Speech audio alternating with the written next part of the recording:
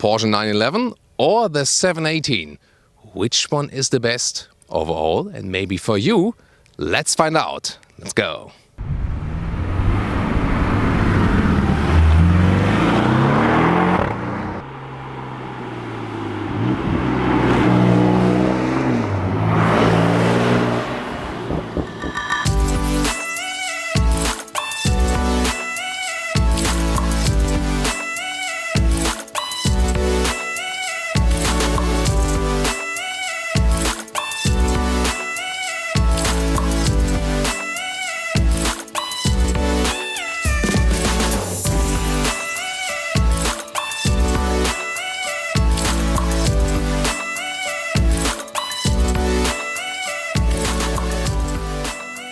As for the front comparison, you can clearly see that the 911 is a little bit wider. So here the 718, the smaller model, and you have a little bit more round shapes right here. In this new generation of the 911, they have cut it out here in the front in a more rectangular way. This is a quote of one of the past models, so a retro styling element.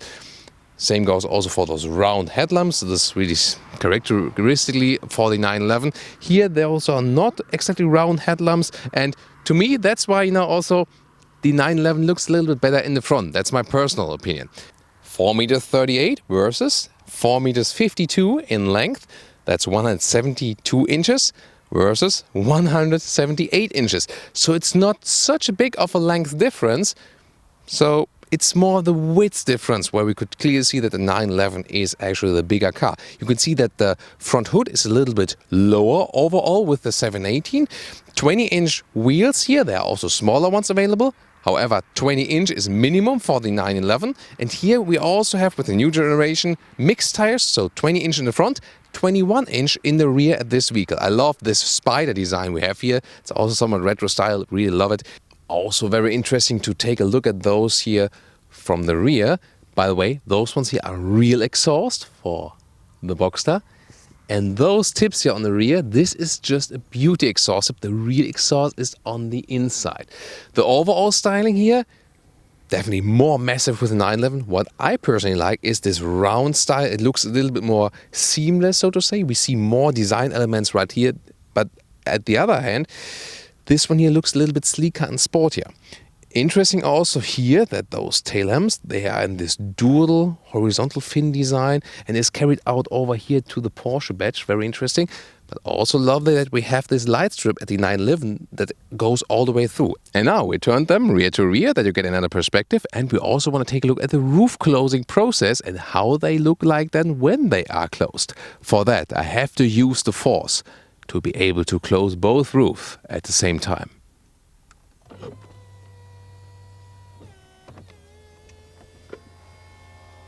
Yeah, I think the force is still strong in me. So which process do you like better? And how do you prefer the cars now when they have the roof closed? Which one is your favorite? Use the force, young Padawan. Well, the most important comparison for today, the trunk comparison. Yeah, that's what it's all about with driving a Porsche, isn't it? So, and interesting, here in the front, so the lower side is a little bit higher than 40 centimeters, or 43, and the high side, yeah, depending from here or here, yeah, it's about 60 centimeters, and the width in the lower end is about 65 centimeters. So you can fit some, cabin trollers in there, backpack, no problem. And what about here with the 911 now? 60, 40, 65. That's exactly the same. Well, the 718 has an additional rear trunk in the rear, and that one is the real practical one, so you can still fit a cabin trolley in here like this, or some backpacks or something, and also fluid access then to the engine. We cannot see anything else from the engine, has to be serviced from below. And the really interesting thing is here, this is an easy release, so when you close or open it, so you hit the key or from the inside or so, then it's like this, and you cannot open it just like this. Whereas the frunks on both cars, they need this special release. So I think this is the more practical approach instead of using the frunk and also the rear bench, which we now see with the 911.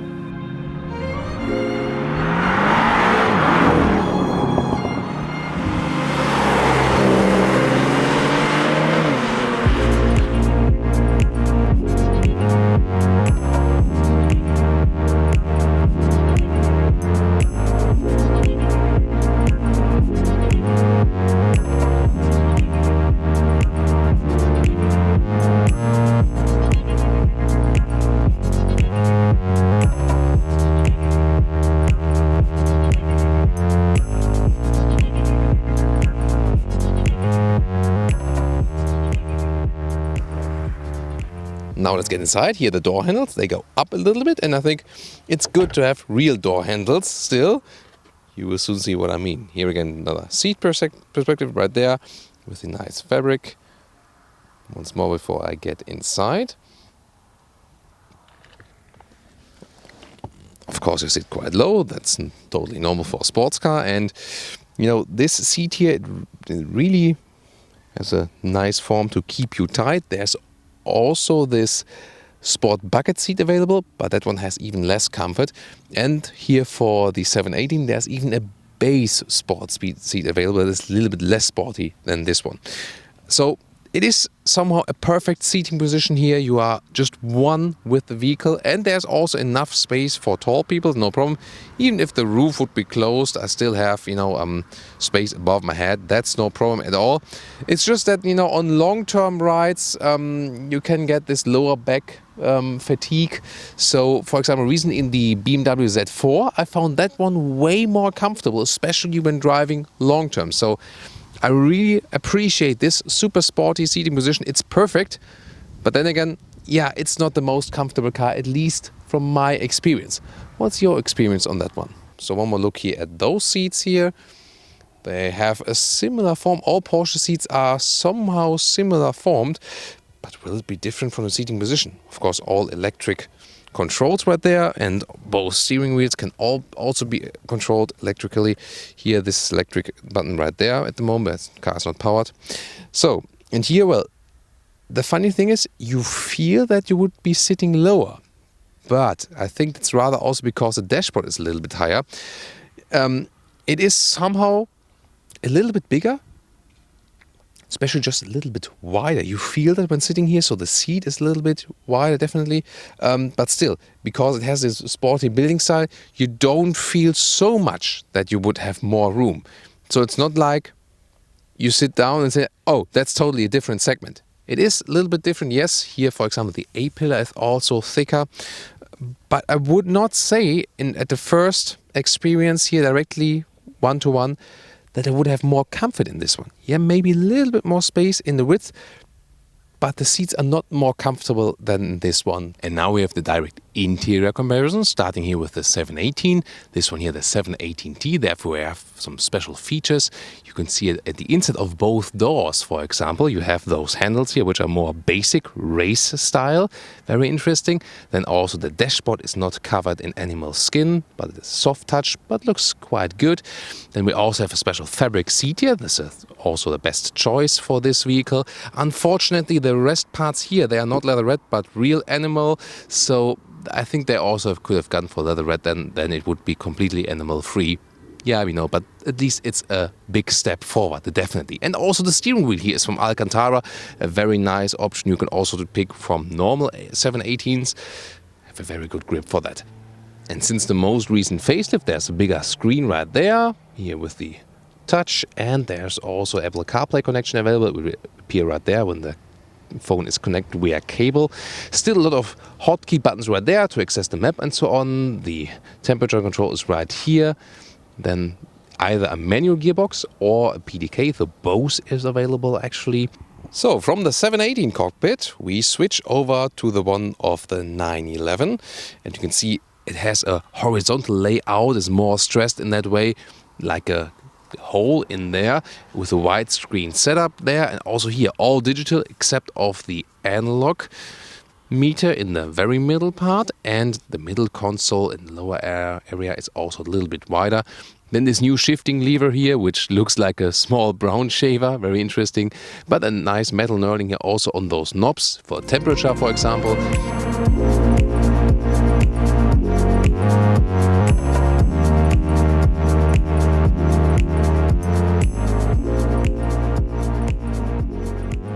And now we will compare the sound. We will turn on the engine, then rev it a little bit from the normal exhaust mode, then turn on the special exhaust mode on both vehicles. They both have that, so we can compare both modes on both cars and see which one sounds better.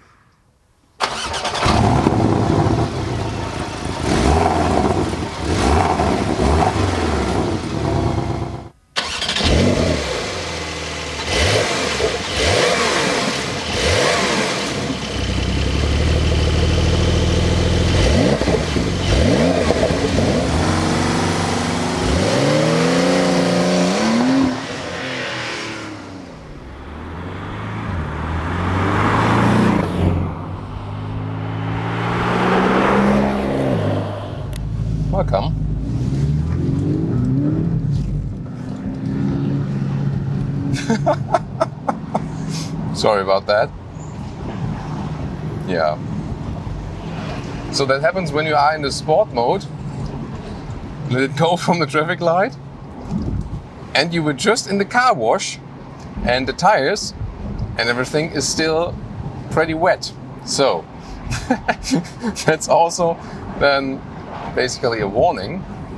So in the normal driving mode, this car is really calm, steady, has a lot of traction, although rear-wheel drive only.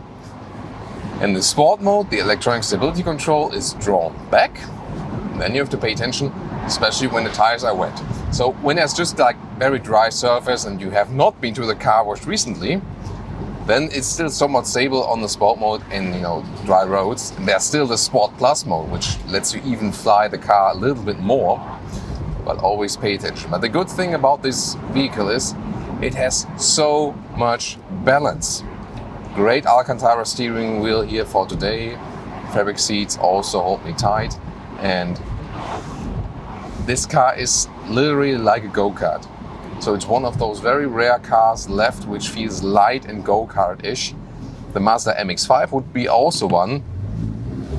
Of course, way less expensive, the Mazda MX-5, than this one. But here you just feel so light and agile and you can basically attack at any time. And here, driving with open top, pure silence. This one here in the Boxster T, the 2-liter engine only. You know, there's this 2.5 liter in the S and GDS, which makes you a half a second faster to 100 kilometers or 62 miles an hour. This one is still at 4.7 seconds in the acceleration figure, so it's still, you know, pretty fast. The sound is of course not that sonorous, but is it really a huge difference from the base Boxster to the bigger one? Yeah, of course, you have a little bit more punch in the GTS, for example. The big difference is, of course, to recently we've shown you that with AJ and Michelle, where we had the 718 Spider and the GT4 came in. Those ones are really different because they have naturally aspirated engines, more displacement, but then they also don't have that turbo punch. So, and the gearing was very high. Here the gearing is actually quite short, and in normal driving, the car shifts up pretty early. But just when you do some lane change here, I mean, every lane change is pure fun. That's about this vehicle, and this actually does not change if you have the 2-liter or the 2.5-liter engine, because this car here is about this pure handling. That's the main thing about this vehicle. So we're getting on the motorway, and I want to also tell you something about closed top. Here we go. You can open and close up to 50 kilometers an hour. So of course it's more silent than in here. It's not the most silent car. That's also not what it's meant to be. Now some acceleration, 60 to 100. Let's go. That's already it. Wow. I mean, wow. And this is where you feel that's also different to 911. In both, you have a very good acceleration, yes. But here you just feel lighter, you know, you feel that less mass is being accelerated. And this is something pretty cool, you know. So if you want the best handling and the sportiest ride, it will always be the Boxster and the Cayman.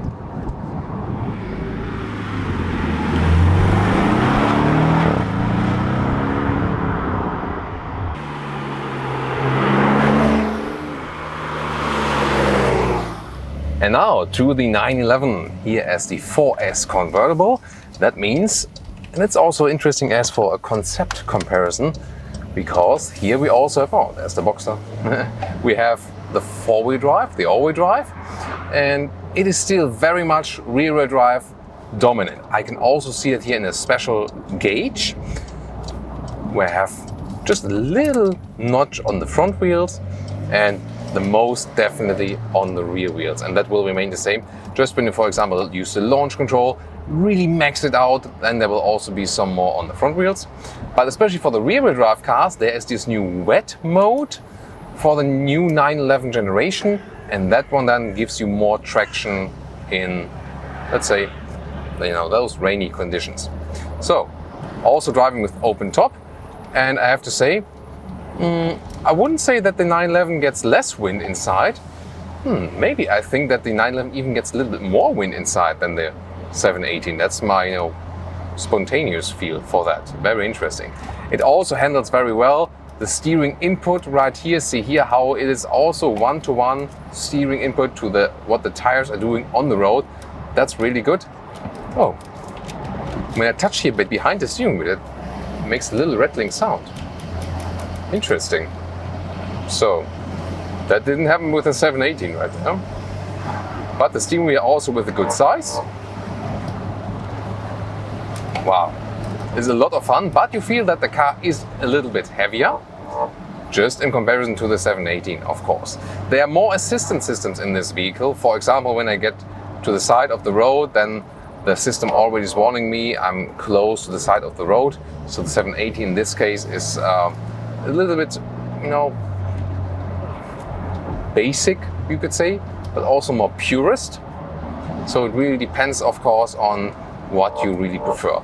But definitely it's a lot of fun to drive this car. It has such a stable handling. That's really very, very cool. And we also have more power. I'll soon also get to a road where we can drive a little bit faster. Well, the thing that astonished me the most, I was expecting from this test that the 718 is probably the sportier, the lighter, the more handling car and so on. But that the 911 definitely delivers more comfort and more, let's say, total sophistication in the ride, and also as for the noise comfort and so on. But I'm really surprised when I test it now directly after each other that it's not the case. So yeah, there's more fancy infotainment systems. Some of the buttons are probably more coast intensive, but then when I take this part here, the steering wheel, or some other rattling noise that come here when we go over some bad roads. I have at the moment the feeling that the 718 is the more refined model, and that might be something, again, because this is the beginning of the life cycle and the 718 is rather towards the end of the life cycle. That can play actually a major role. Not exactly sure. That might be the reason for that. But we can just, present you what we find here, what we are experienced with the car. So both very interesting, great sports cars, great handling. But if you ask me right now, and no matter the price, which one do I want to keep for driving tomorrow to have the most fun? Sorry 911, sorry Mr. Icon, it's the 718.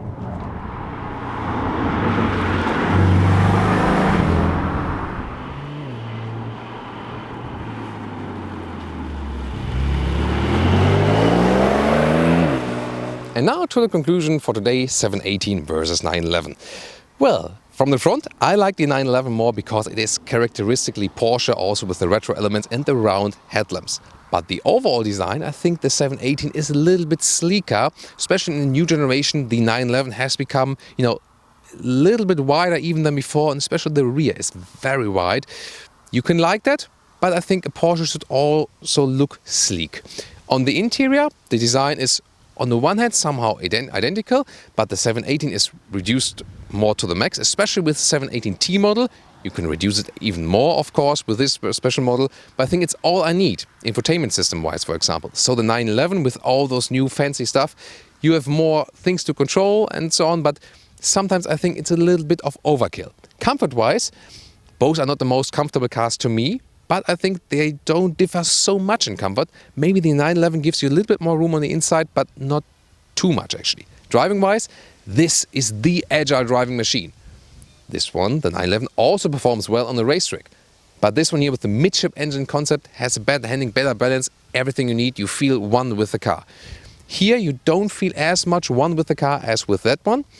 Still, of course, has a great handling. And then if you look at the price, 60 to 80k, and here 120 to over 180k. So more than double the price for the 911. And that's why I say then, this is my pick for today. What's yours?